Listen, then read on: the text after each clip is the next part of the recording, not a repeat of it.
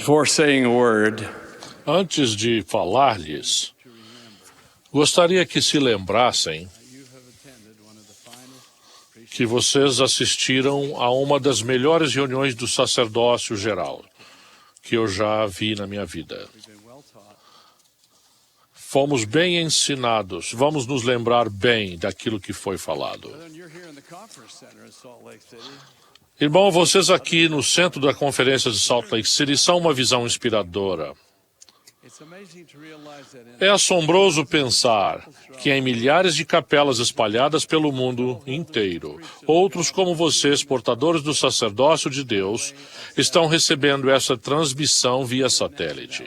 Suas nacionalidades variam, seus idiomas são muitos, mas um elo comum nos une uns aos outros. Recebemos o encargo de ter o sacerdócio e agir em nome de Deus. Foi-nos depositada uma confiança sagrada. Muito se espera de nós.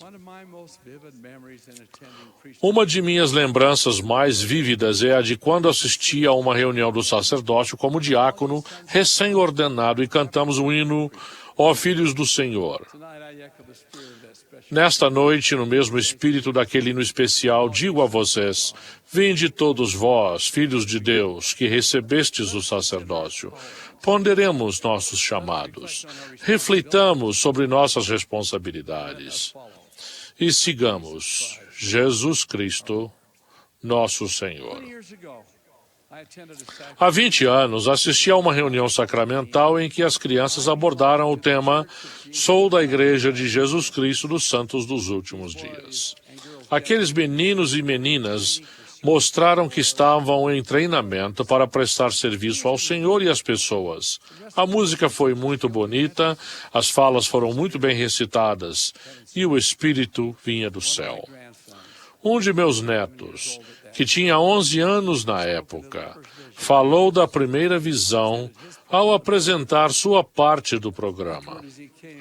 Depois disso, quando foi para perto dos pais e avós, eu lhe disse, Tommy, acho que você está quase pronto para ser missionário. Ele respondeu, ainda não. Tenho muito que aprender. Ao longo dos anos que se seguiram, Tommy realmente aprendeu graças a seus pais, professores e consultores da igreja, que foram muito dedicados e conscienciosos. Quando chegou à idade, foi chamado para servir como missionário e o fez de modo muito honroso. Rapazes, admoesto vocês a se prepararem para servir como missionários. Há muitas ferramentas para auxiliá-los a aprender lições que lhes serão benéficas e que também vão ajudá-los a viver de modo a ser dignos. Uma dessas ferramentas é um livreto chamado Para o Vigor da Juventude, publicado sob a direção da primeira presidência e do Quórum dos 12. Ele explica padrões baseados em escritos e ensinamentos dos líderes da igreja e das escrituras, cujo cumprimento proporcionará as bênçãos do Pai Celestial e a orientação de seu Filho para cada um de nós. Além disso, temos os manuais de aula cuidadosamente preparados após fervorosa preparação. As famílias contam com as reuniões da noite familiar, nas quais todos são ensinados os princípios do Evangelho. Quase todos tiveram a oportunidade de assistir às aulas do seminário, que são dadas por professores dedicados que muito têm a compartilhar. Comecem a preparar-se para se casar no tempo e também para uma missão. O namoro, realizado da maneira adequada, faz parte dessa preparação. Nas culturas em que é adequado que os jovens namorem, não façam isso antes de ter 16 anos. Nem todos os adolescentes saem ou encontros ou querem fazê-lo. Quando começarem a sair em encontros, façam-no em grupo ou com outro casal. Nunca deixem de apresentar seu par a seus pais, para que eles conheçam a pessoa com que vão sair. Como o namoro é uma preparação para o casamento, só namorem pessoas que tenham padrões elevados. Tomem o cuidado de ir a lugares em que haja um bom ambiente, onde não tenham que enfrentar tentações. Um sábio pai disse ao filho, se você perceber que está num lugar em que não deveria estar, saia imediatamente dali. É um bom conselho para todos nós.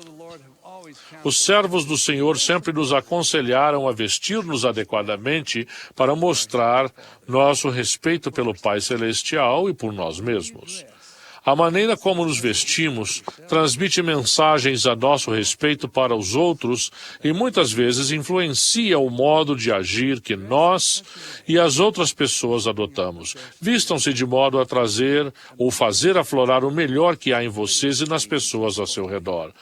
Não sejam extravagantes nas roupas nem na aparência. Não façam tatuagens nem usem piercings.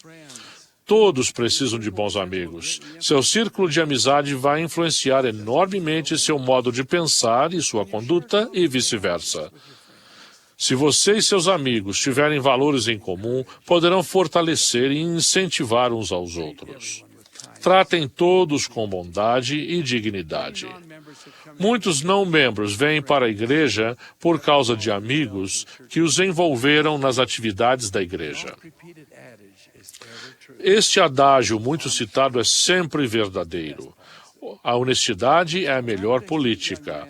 Um rapaz santo dos últimos dias vive o que prega e aplica as coisas em que acredita. É honesto com as pessoas, é honesto consigo mesmo, é honesto com Deus. É habitual e espontaneamente honesto. Quando uma decisão difícil precisa ser tomada, ele nunca se pergunta o que os outros vão pensar, mas sim o que pensarei de mim mesmo. Alguns terão a tentação de desonrar um padrão pessoal de honestidade. Em um curso universitário de direito empresarial que fiz, lembro-me de que um certo colega nunca se preparava para os debates em classe. Eu pensava comigo, como é que ele vai passar o exame final? Descobri a resposta. Quando ele entrou na sala de aula para fazer o exame final, num dia de inverno, frio, calçando apenas um par de sandálias. Fiquei surpreso e o observei quando a aula começou. Ele colocou todos os livros no chão. Tirou a sandália dos pés e depois, com os dedos dos pés untados com glicerina, virava habilmente as páginas de um dos livros que deixara no chão e via as respostas das questões do exame. Ele tirou uma das maiores notas daquele curso de direito empresarial. Mas chegou o dia do acerto de contas. Mais tarde, quando ele se preparava para fazer seu exame geral, pela primeira vez, o professor daquela matéria disse: "Este ano, vou fugir da tradição e vou fazer um exame oral em vez de escrito."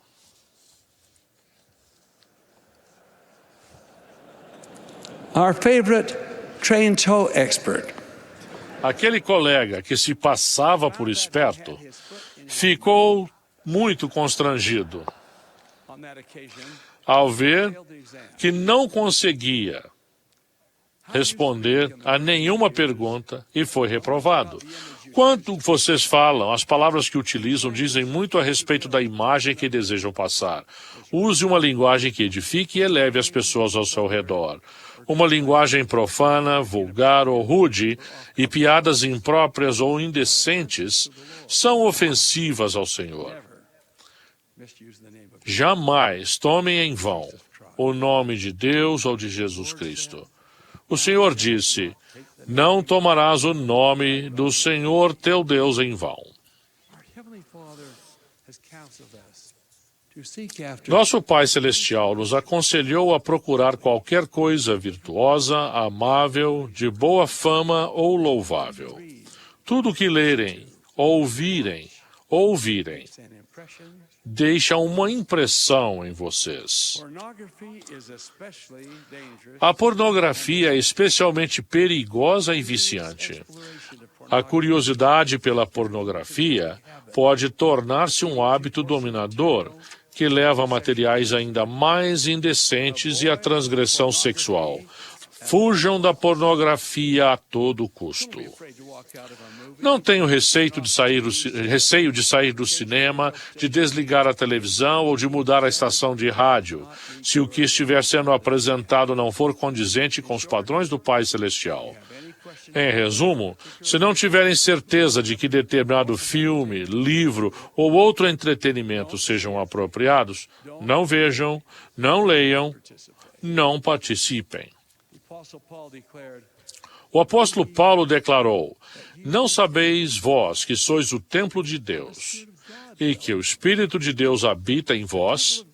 O templo de Deus que sois vós é santo. Irmãos, temos a responsabilidade de manter nosso templo limpo e puro. As drogas pesadas, o uso indevido de medicamentos, as bebidas alcoólicas, o café, o chá preto e o fumo destroem seu bem-estar físico, mental e espiritual. Toda forma de bebida alcoólica é prejudicial a seu espírito e a seu corpo. O fumo escraviza, enfraquece os pulmões e encurta a vida. A música pode ajudá-los a aproximarem-se do Pai Celestial. Pode ser usada para educar, edificar, inspirar e unir. No entanto, a música pode embotar sua sensibilidade espiritual com seu ritmo, compasso, volume e letra. Vocês não podem permitir que sua mente se encha de música impura.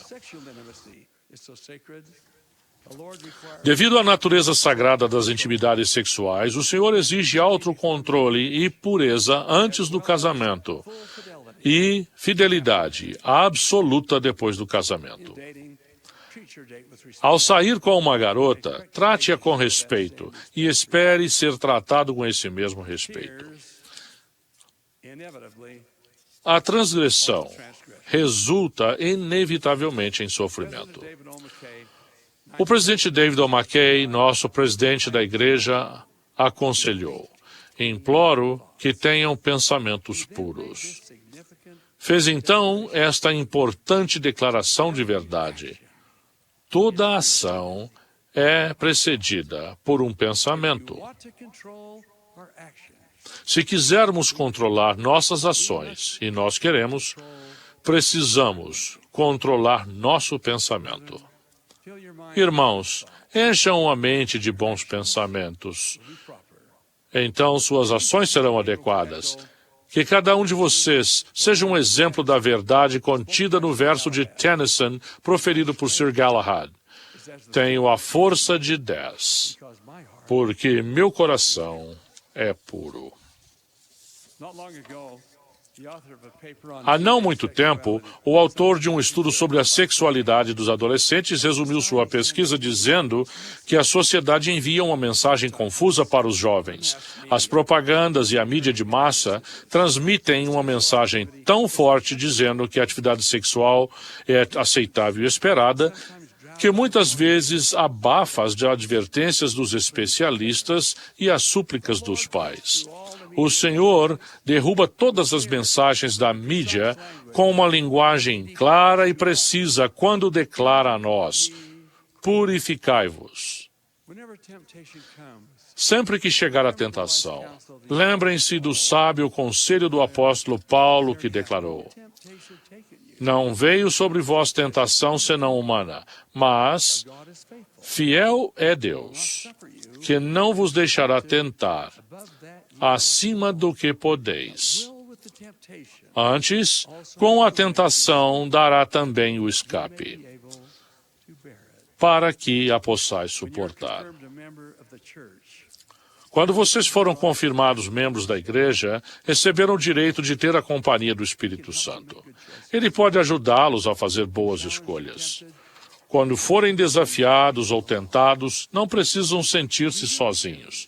Lembrem-se de que a oração é o passaporte para o poder espiritual. Se algum de vocês já tropeçou na jornada, há um caminho de volta. O processo se chama arrependimento. Nosso Salvador morreu para nos proporcionar essa dádiva abençoada. Embora o caminho seja difícil, a promessa é real. Ainda que os vossos pecados sejam como a escarlata, eles se tornarão brancos como a neve. Não coloquem em risco sua vida eterna. Guardem os mandamentos de Deus. Se tiverem cometido pecado, quanto antes começarem a trilhar o caminho de volta, mais cedo encontrarão a doce paz e a alegria que recebemos juntamente com o milagre do perdão. A felicidade advém de uma vida condizente com o que o Senhor deseja de nós e do serviço a Deus e ao próximo. A força espiritual geralmente advém do serviço abnegado. Há alguns anos, visitei o que na época se chamava Missão Califórnia, onde entrevistei um jovem missionário. Ele era da Geórgia. Lembro-me de ter perguntado a ele: você escreve uma carta para seus pais todas as semanas? Ele respondeu: sim, irmão Monson. Então perguntei: gosta de receber cartas de casa? Ele não respondeu. Por fim, perguntei: quando foi a última vez que você recebeu uma carta de sua família? Com a voz embargada, ele respondeu: nunca recebi uma carta de casa. Meu pai é só um diácono e minha mãe não é membro da igreja. Eles me imploraram para que eu não viesse. Disseram que se eu partisse em missão, não escreveriam para mim. O que devo fazer, irmão Monson? Fiz uma oração silenciosa ao meu Pai Celestial. O que devo dizer a este teu servo que sacrificou tudo para te servir? E a inspiração veio. Eu disse: Elder, continue enviando uma carta para sua mãe e seu pai todas as semanas de sua missão. Conte-lhes o que está fazendo, diga-lhes o quanto você os ama e depois preste seu testemunho para eles. Ele perguntou: eles vão escrever para mim? Respondi: então eles vão escrever para você. Despedimos-nos e eu segui meu caminho. Meses depois, eu assisti a uma conferência de estaca no sul da Califórnia, quando um jovem missionário me procurou e disse: irmão Monson, lembra-se de mim? Eu tenho essa pergunta sempre, em todo lugar que eu vou. Sou o missionário que não havia recebido uma única carta de minha mãe e de meu pai durante os primeiros 9 meses no campo missionário. Você me disse: envie uma carta para casa toda semana, Elder, e seus pais vão escrever para você. Depois ele perguntou: lembra-se dessa promessa, Elder Monson?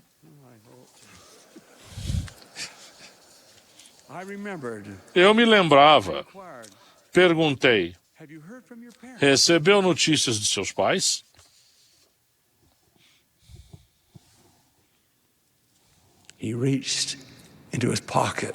Ele tirou do bolso um maço de cartas amarradas por um elástico. Pegou a que estava por cima e disse: se meus pais me escreveram, ouça o que diz esta carta de minha mãe. E eu vou citar o que ele disse: filho, apreciamos muito suas cartas. Estamos orgulhosos de você, nosso missionário. Adivinhe só. Seu pai foi ordenado sacerdote. Ele está se preparando para batizar-me. Estou recebendo os missionários. E daqui a um ano, quero ir à Califórnia. Quando você terminar sua missão, para que nós, com você, tornemo-nos uma família eterna, entrando no templo do Senhor. Aquele jovem missionário perguntou: irmão Monson, o Pai Celestial sempre responde às orações e cumpre as promessas de um apóstolo? Respondi: quando a pessoa tem a fé que você demonstrou, nosso Pai Celestial ouve essas orações e responde à maneira dele. Mãos limpas, um coração puro e uma mente solícita tocaram o céu. A bênção enviada pelos céus respondeu à oração daquele missionário de coração humilde. Irmãos, é minha oração que vivamos de modo a também tocarmos o céu e sermos igualmente abençoados, cada um, em nome de Jesus Cristo. Amém.